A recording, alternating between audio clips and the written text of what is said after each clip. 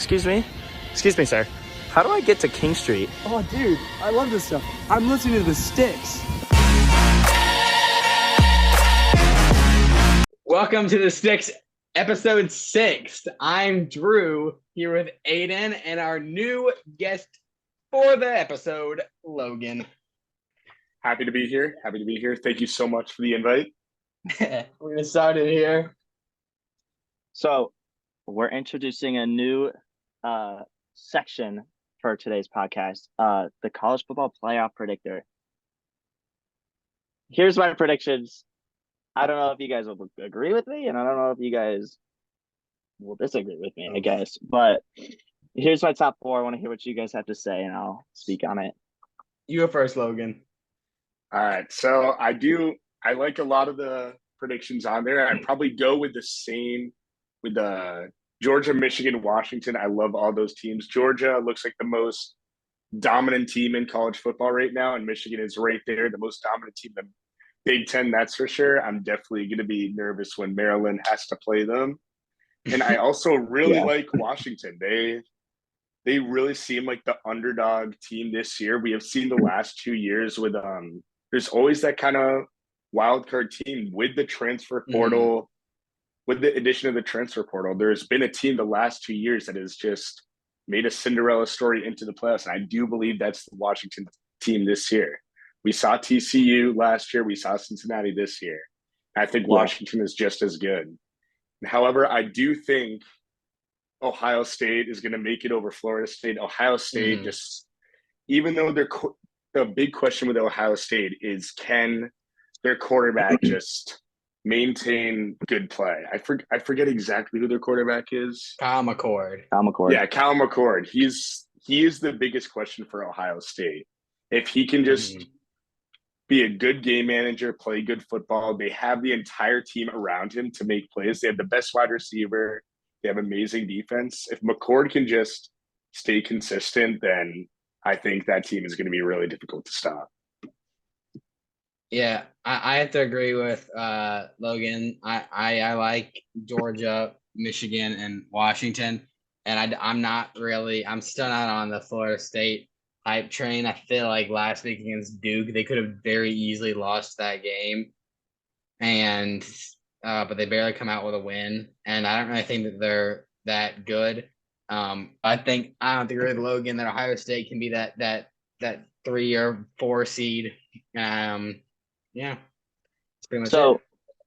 When I was making this, it really came down to who do I want to have at 3, because Washington, they don't have that necessarily they don't necessarily have that hard of a schedule going into the end of the season. And it really came down to, do I want to have Ohio State at 3 or Florida State at 3? And I looked at the rest of their schedules. Florida State plays only unranked opponents the rest of the year. And so I think the only reason they wouldn't is if they lose the ACC championship, because their hardest matchup over the next 5 weeks is Miami, and they're 5-2. And I think Florida State could blow them out the water. And the reason I have Florida State instead of Ohio State is because Ohio State still has to play Michigan, and I don't see anyone beating Michigan. So that was my thought process going with the number 3 seed, Florida State. Yeah, the question is with Florida State is their strength in schedule going to be strong enough to get them in the top 4? Fair enough. But I think if they beat these teams as badly as they should, like this week, they're favored by 20.5 points against Wake Forest. If they cover the spread, they should be just fine. That is true. Moving on, the college football big game recap. These were some of our picks from last weekend's big games, and there were, I'd like to say, a lot of them. So going to this one, Utah versus USC. I went with Utah. Drew went with USC. And Utah wins, I believe 36-34. That sounds about right. I think that sounds all right. Yeah. Okay. Anyways, I was talking more about Utah's defense being able to stop Caleb Williams and that offense, and it didn't necessarily stop their offense, but USC's defense is bad enough to let third string quarterbacks go down and put up 30 plus points on them. Uh, I'm looking at it now. The score is 34-32, so you Yep. were in the ballpark in that aspect. But I mean, Caleb Williams didn't throw a touchdown. Nope. Of course, he ran for one, and Marshawn Lloyd only had that one touchdown. So I mean, they kind of kicked a lot. They kicked a good amount of field goals throughout this whole entire game, and the defense is obviously still a huge question mark. Because they're allowing a third string quarterback to go out there and throw for 3 touchdowns against them.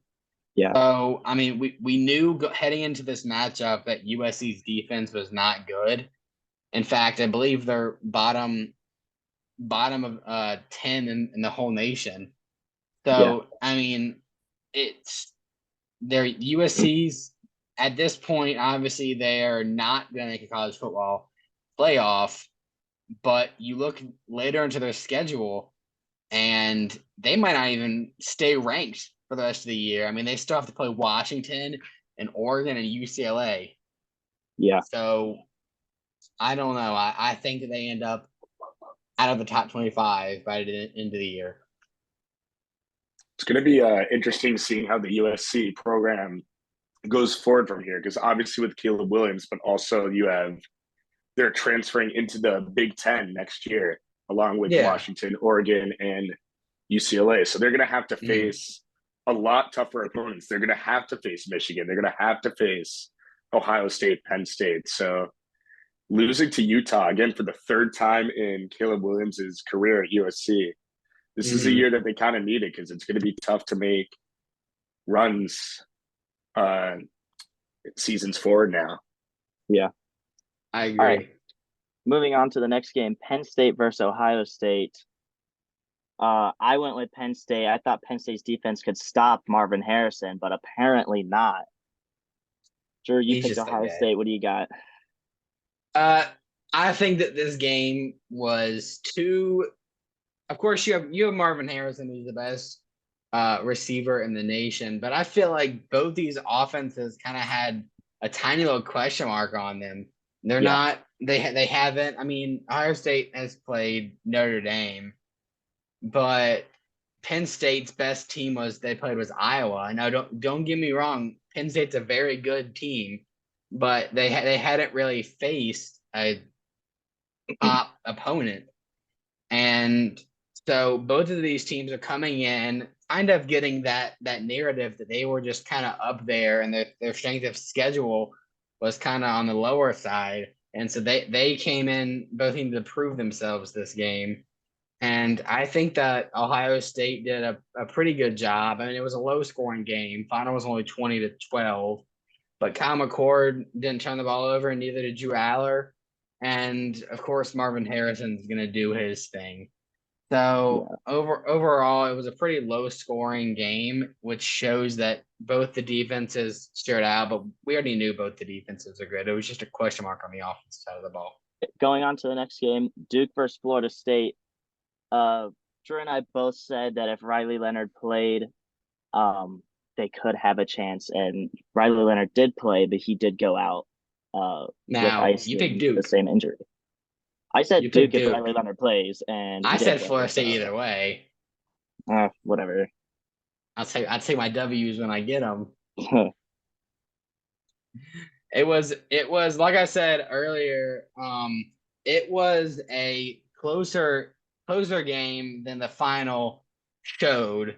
Final being 38-20 in favor of Florida State. Now, like I said, I mean, it was a close game for most of it, and both quarterbacks didn't really do a whole lot offensively. Jordan Travis, did the ACC thing that most quarterbacks do, which is lead the team in both passing and rushing. And Keon Coleman was kind of like, he wasn't really there a whole lot. He didn't really do a whole lot this game. That shows Duke's defense. Of course, Duke's defense is ranked second, I believe, in least amount of yards given up. So we knew that Duke's defense was good. It's just that Riley Leonard is kind of, I mean, is kind of falling down when it comes to the skill. I mean, he only threw for 69 yards. Yeah. And you've gotta be better than that. You gotta be able to sling the ball. And that, I mean, you look, he was scared to run too. Of course, he had that he's working off an injury, so he's not trying to re-aggravate that injury. But it was a bad game from Duke, but definitely a winnable. So Yeah. we'll see what they look like going forward. Going on to the next game, Tennessee versus Alabama. Now, Tennessee was up early and for a decent amount of time, but I mean, you're going up against Alabama, who is the 11th best team in the nation, and Alabama doesn't make many mistakes. No. Tennessee should have kept the pressure on, kept the pressure going, kept throwing deep shots. But obviously, Alabama caught up, eventually beating them by 14. So, yeah, Jaden Milroe looked like a pretty good quarterback this game. he did. Yeah. He'd gotten. I mean, he's looked pretty good the past couple of weeks. Of course, he started out the year struggling, got benched for Tyler Buckner in the USF game, and so he really got his chance, and he proved that he deserved his starting role. Well, I do feel bad for Tyler Buckner, but Joe Milton, he has, and this whole Tennessee team has not lived up to that hype that they had going on themselves going headed into this year. Of course, you lose Hendon Hooker, who was an amazing quarterback, and Tennessee, I believe, they were number 1 last year, and they looked amazing. Going into this year, you see Joe Milton in the Orange Bowl, and he was slinging the rock. I mean, throwing 7-yard bombs, and Tennessee won the Orange Bowl, and everyone thought that Tennessee was going to be a good team, and then they get trounced by Florida, and really haven't been the same team ever since. Yeah. So kind of sucks.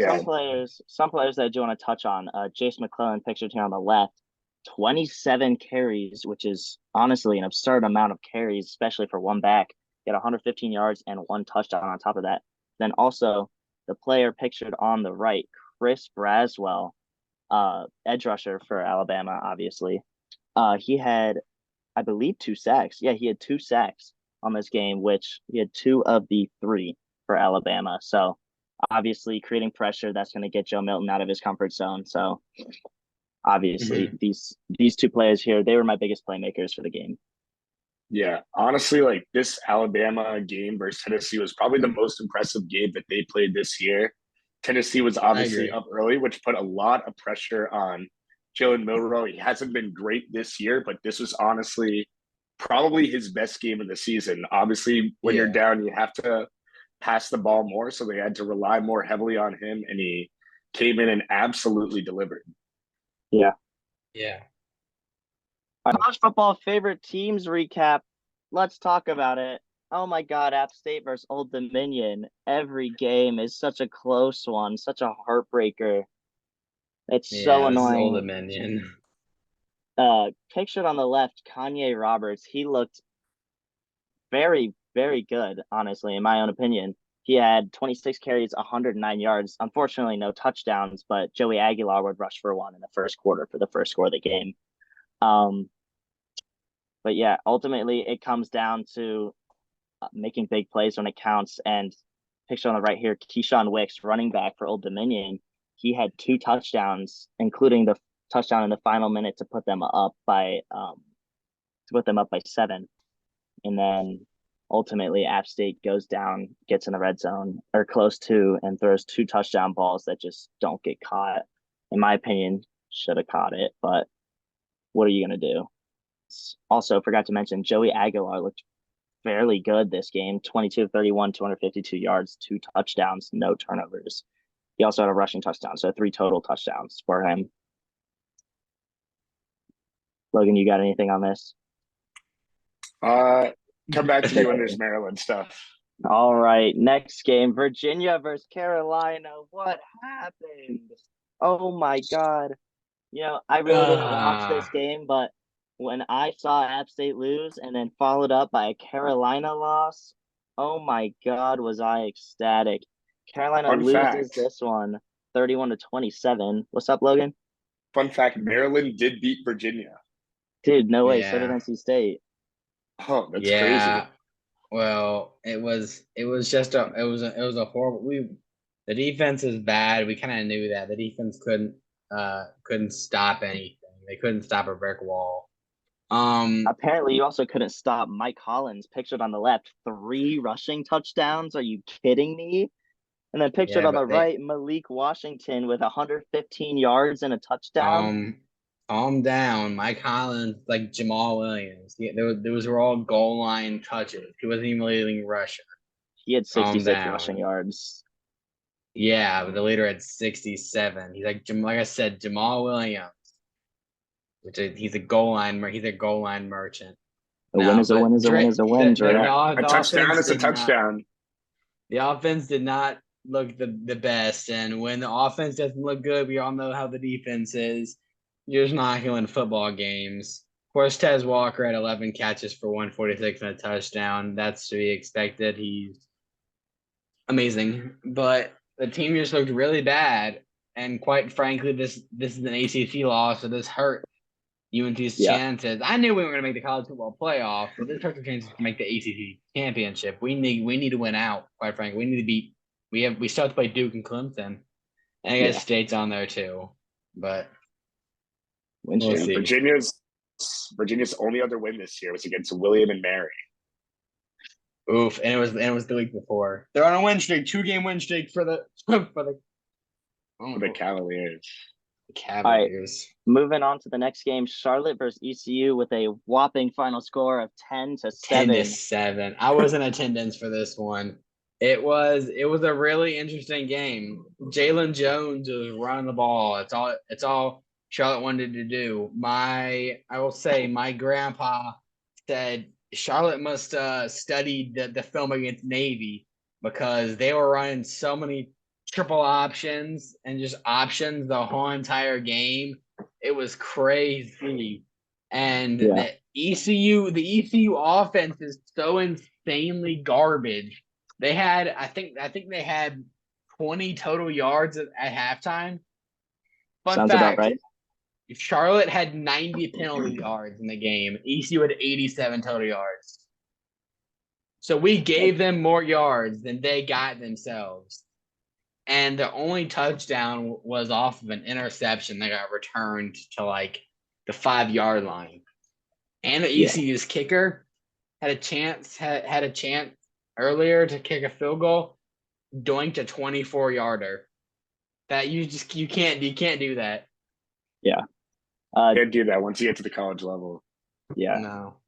Jalen Jones on the screen here. He had 26 rushes and only 18 pass attempts. He led the Charlotte team in passing yards and rushing yards with a total of 273 total yards for a team. That's like the whole offense right there. Yeah, it was a bad game. Moving on to the next game, Logan. I got Let's you. go. Start it off with your team. I mean, this game did not. It was 2 weekends ago. I actually got to go onto the field and watch the game, which was really cool. But the result was not really cool. Talia just, I don't know. We did our usual Maryland tradition of just starting down like 10-0, 14-0. And we had a few games where we weren't doing that. Like we went up early against Ohio State and Michigan State, and we looked really good against those teams. And then we faced Illinois, and we just could not move the ball offensively. And our kicker, and we just really miss Chad Ryland right now. Our kicker has missed like half of his kicks, and he actually did make a clutch field goal at the end of the game, like with a minute left, to like make it a tie game at like, what was the score, like 27-24 was the final. At 24 apiece. And then all the like Illinois just gets a big kickoff, and then they drive down the field well in field goal range. And honestly, what really gave them the victory was just the battle between the kickers. Their kicker was automatic. And Yeah. I think our kicker Haas, he missed at least one field goal. I'm trying to remember. It was 2 weeks ago. He missed one that was fairly short. It was like a 40, maybe 40-yarder. Just He went very 1 for short, 2 but on the game. He went 1 for 2 on yeah. the game. And that one field goal is the difference maker. Yeah. All right. This week's Heisman rankings. This is Aiden's Heisman rankings, not Drew's, not Logan's. Let's get into it. Number 5, Dillon Gabriel. I have Dillon Gabriel here. I mean, he has Oklahoma in a fantastic spot. They're number 6 in the nation, I believe. And I mean, they can't stop winning. He's got 2,130 yards, 19 touchdowns, 3 picks. Honestly, the 19 touchdowns is kind of holding him back in the Heisman rankings. Number 4, Michael Penix Jr. I know Drew had him at 1 last week. I personally, I just think his interceptions are a little bit too much to handle right now. Obviously, he leads the entire nation in passing yards, but he follows that up with 20 touchdowns and 5 interceptions, which will be the most interceptions on this list. Moving on to number 3, Caleb Williams. I have him dropping a whole nother spot because obviously they lost to Utah this past week. 2,277 yards, 23 touchdowns, and 4 interceptions. I mean, it's nothing to be frowned upon, but if you're coming off back-to-back losses, you're gonna drop some spots here. Number 2, Oregon's Bo Nix. Got him pictured here in the beautiful Oregon throwbacks. 2,089 yards, 19 touchdowns, and 1 pick. The reason I have him up here, he has lack of stats, but he protects that football, and Oregon wins football games. So, Bo Nix at number 2, and number 1. I don't know if you guys can guess it. JJ McCarthy. What? No, JJ McCarthy. Jaden Daniels. What? Second in the nation in passing yards. I believe he's number 1 in touchdowns. He has 25. And keep in mind, he was benched the entire second half this past week against Army. He put up 38 points in 1 half, and then they stuck in the backup. He's second in the nation in passing yards, 25 passing touchdowns, and just 3 interceptions. Jaden Daniels is my Heisman number 1 right now. What do you guys think? I mean, the stats look good, but like I said, I feel like your team's got to win games. And LSU has what, 3 losses in the year? Two losses in the year? 2 losses. We've already discussed that the best record doesn't always mean you win. I mean, Lamar Jackson has a Heisman. But I don't know. I think that this is a good spot for him to be in the conversation. But I think by the end of the year, I feel like someone's gonna overtake him. But that's all I gotta say on that. Logan, you got anything? Yeah, honestly, I'm going to side with Drew on this one. I do like Jaden Daniels. He's definitely having a great season. But at the end of the day, just like with MVP with the NFL, record does have a lot to do with it. LSU is ranked 15 right now, which isn't that bad. But I think with the way Washington's playing right now, I think they're going to stay within the top 5, and they're going to be a college playoff team. And as long as Michael Penix can keep his interception numbers to as down as he possibly can, and I think he is the front runner for Heisman this year. He's having an incredible season, and Washington's having an incredible season with him. Yeah, I think Michael Penix will eventually move his way back up the board. I've had him at number 2 before. Drew had him at number 1 last week, but it's just the 5 interceptions. I don't like him, man. All right, moving on. NFL headlines. What? Okay, starting off with the power rankings. Number 5, Miami Dolphins. The Miami Dolphins coming off a loss to the Eagles, which, I mean, I'd like to say that Drew and I both expected the Eagles have a stellar defense, but you would think that with all the hype surrounding the Dolphins offense, they'd be able to at least keep up with them, right? Mm-hmm. Unfortunately, not. They only put it wasn't that it was points. Bad that they lost. It was more how they lost. It was supposed to be like a pretty decent game. And if they were just able to hang with the Eagles, obviously the Eagles ready to come back after a very crazy loss last week to the Jets. They were going to come back. Yeah. They were going to play their best football. But the fact that Miami didn't even really hang with them is a big red flag. Yeah. All right, moving on to number 4, the San Francisco 49ers. Drew kept them at number 1 last week after their first loss.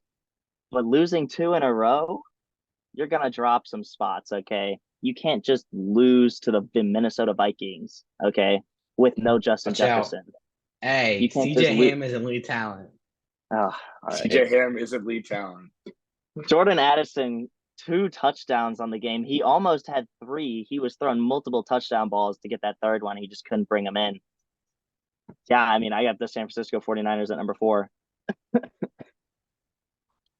Number 3, the Baltimore Ravens. They look like an absolutely stellar squad right now, coming off an absolute whooping against the Detroit Lions. They handed it to them 38-6. It was never even close. It was not close since this opening kickoff. Like, actually, Lamar Jackson dismantled this team, and the defense did its thing. I have them at number 3. They have what looks to be one of the best defenses in the NFL, and when the offense picks up, it gets a little scary for the rest of the league.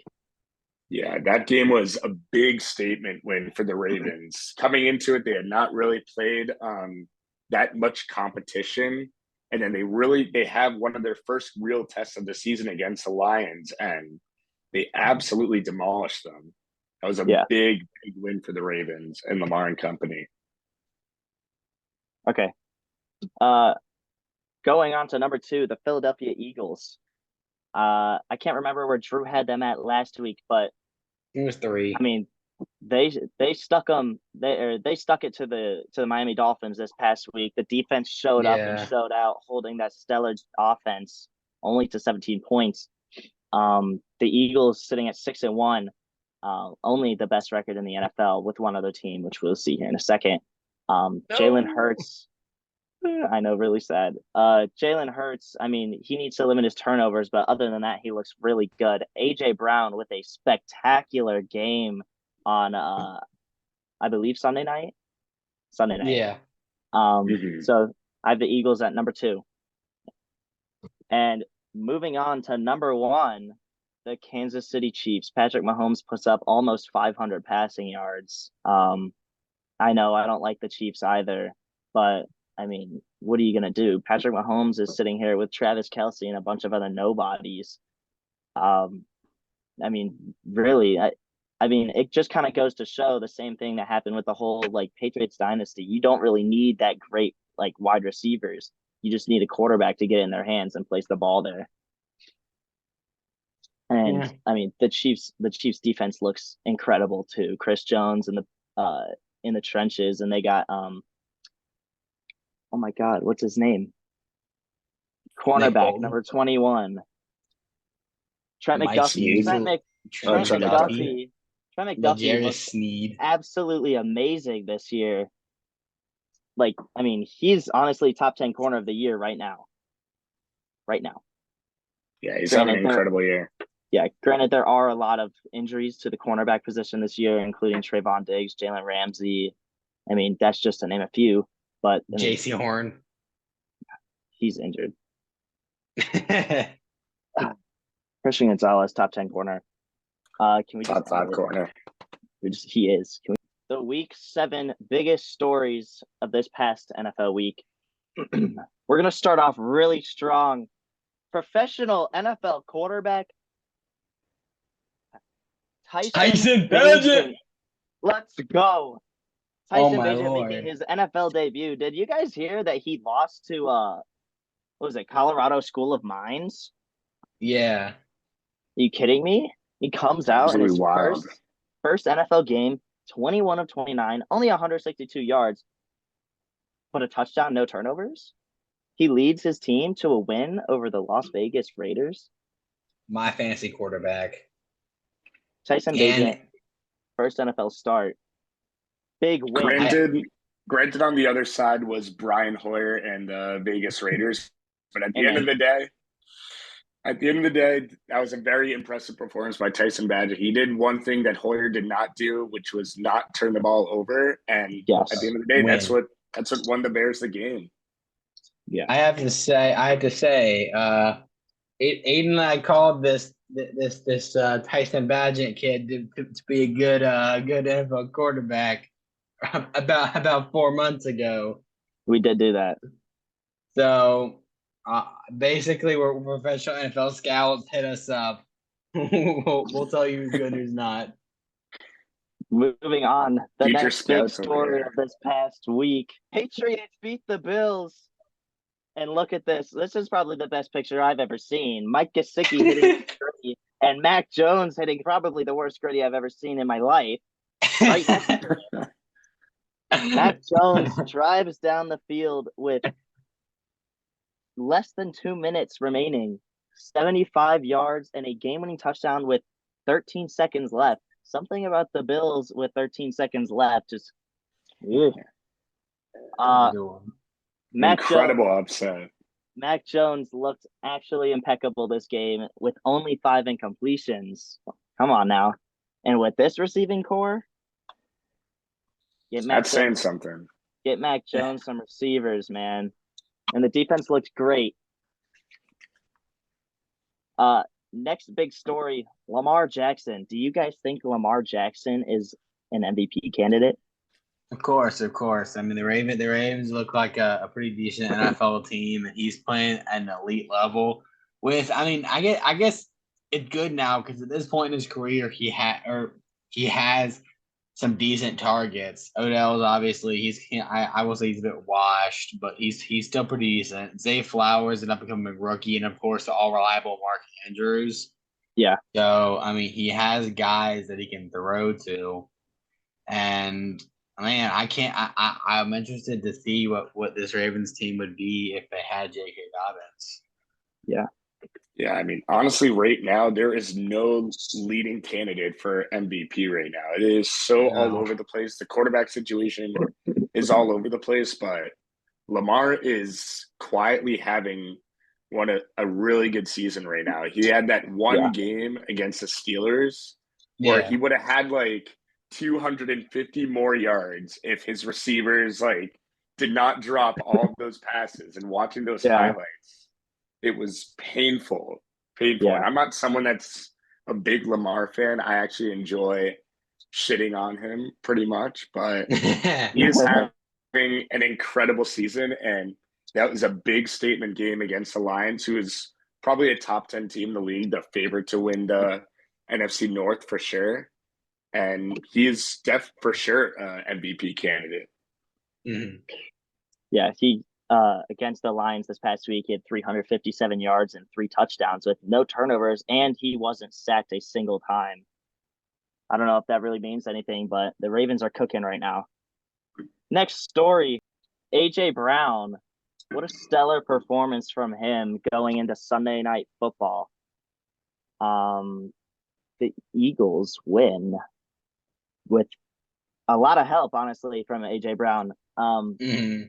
A.J. Brown, at the end of this game, had 10 catches, 137 yards, and a touchdown. He looked, honestly, untouchable in this game. Yeah. And, I mean, he's a big reason that they won.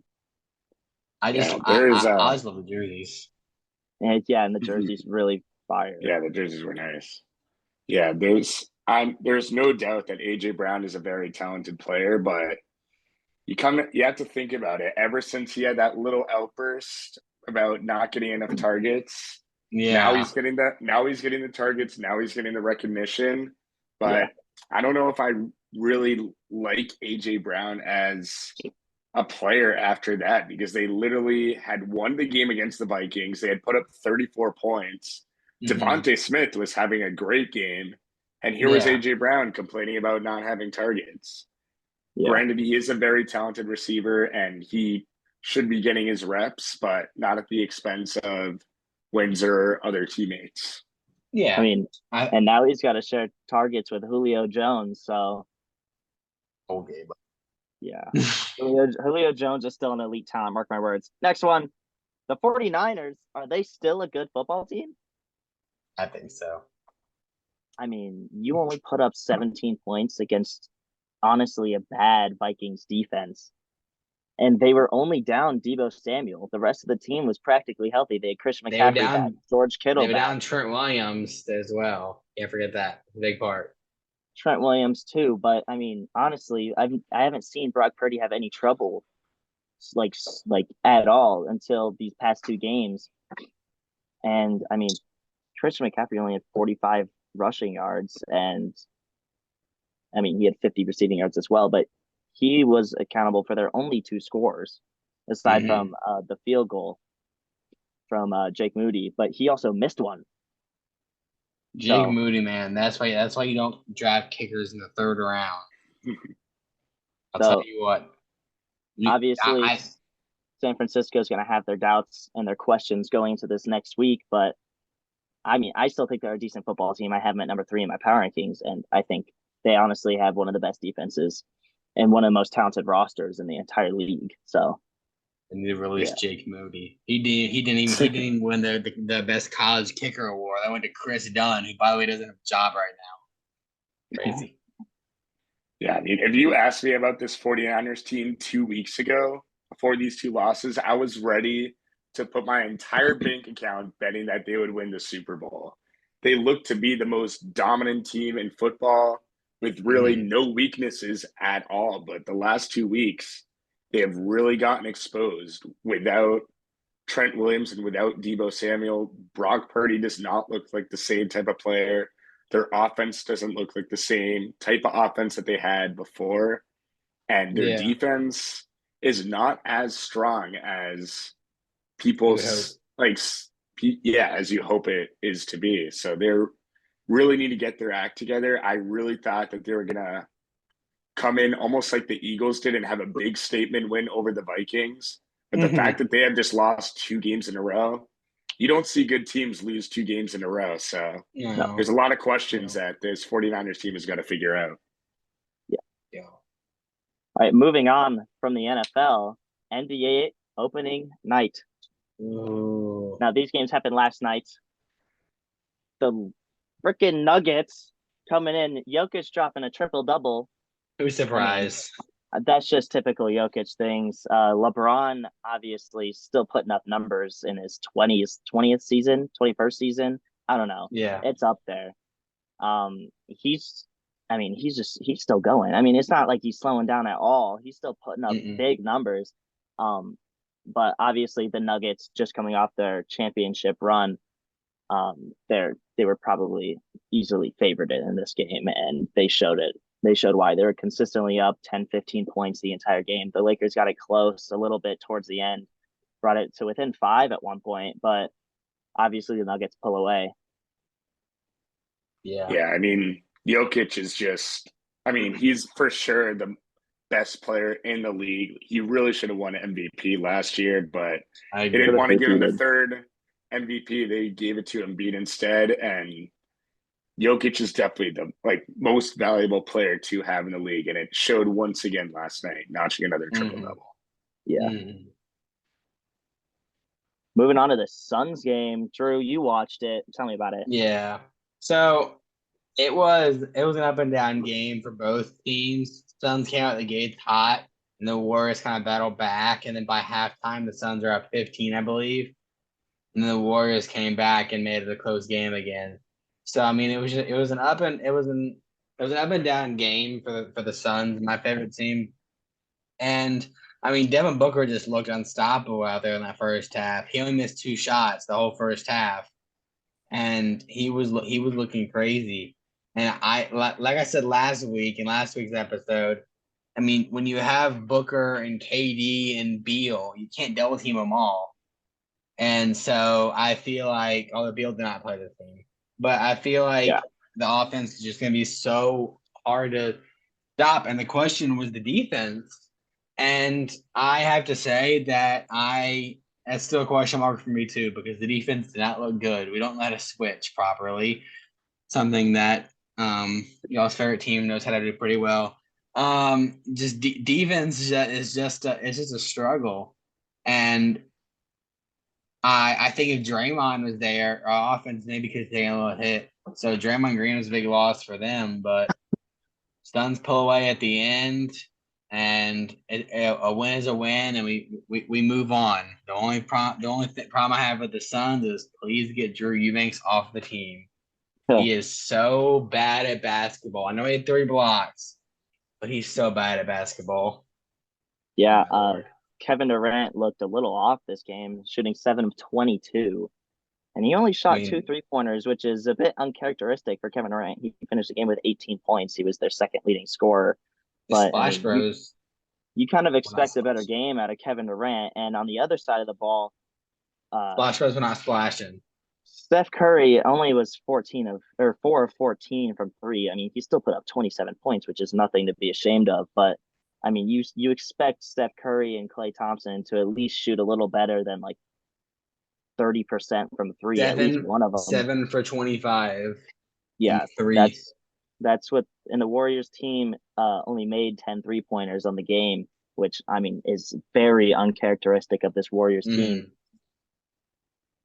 I mean, the Warriors didn't look that great. I mean, and like Drew said, they were down Draymond Green, and they, by the looks of things, they were running a very small lineup with starting all 4 of Steph Curry, Chris Paul, Klay, and Andrew Wiggins. It's a very small lineup with just Kevon Looney playing the 5. And I mean, I don't think this Warriors team has very good depth at all. I mean, they have Corey Joseph as their backup point guard, for God's sake. I think Chris Paul will probably once Draymond Green comes back, will probably play a bench role, and that way Chris Paul can come off the bench. I think that Chris Paul with the bench guys is a scary sight. I feel like in a good way. I feel like that it'll be good to have Chris Paul with the younger guys because he made DeAndre Ayton a better player. And of course when he left, DA got a big head and he's gone. And that's good for us. But yeah, I think it'll be good. I think the Warriors team, obviously they lose the opening game, but I mean, gotta keep your head up. Hopefully you lose the Suns every other game we play this year, but they are definitely gonna be a playoff team. Yeah, and I'll side to side with Drew on this one. If there's any player in the league that can make others look better, it is Chris Paul. So putting Chris Paul with a bunch of young players that are still trying to prove themselves, like you got Jonathan Kuminga, Moses Moody. If you give them Chris Paul to work with, then they can really start to gain confidence in their own games. Mm-hmm. He's going to pass them open. I 100% agree. Granted, you do need your bench players to shoot better than 3 for 11. That was Dario Saric, and get Gary Payton II out of shooting. Gary Payton just can't shoot. He's out there for defense. Yeah, he's never been a shooter. Yeah. Thank you for watching the Stix episode 6. We will see you next week. Peace.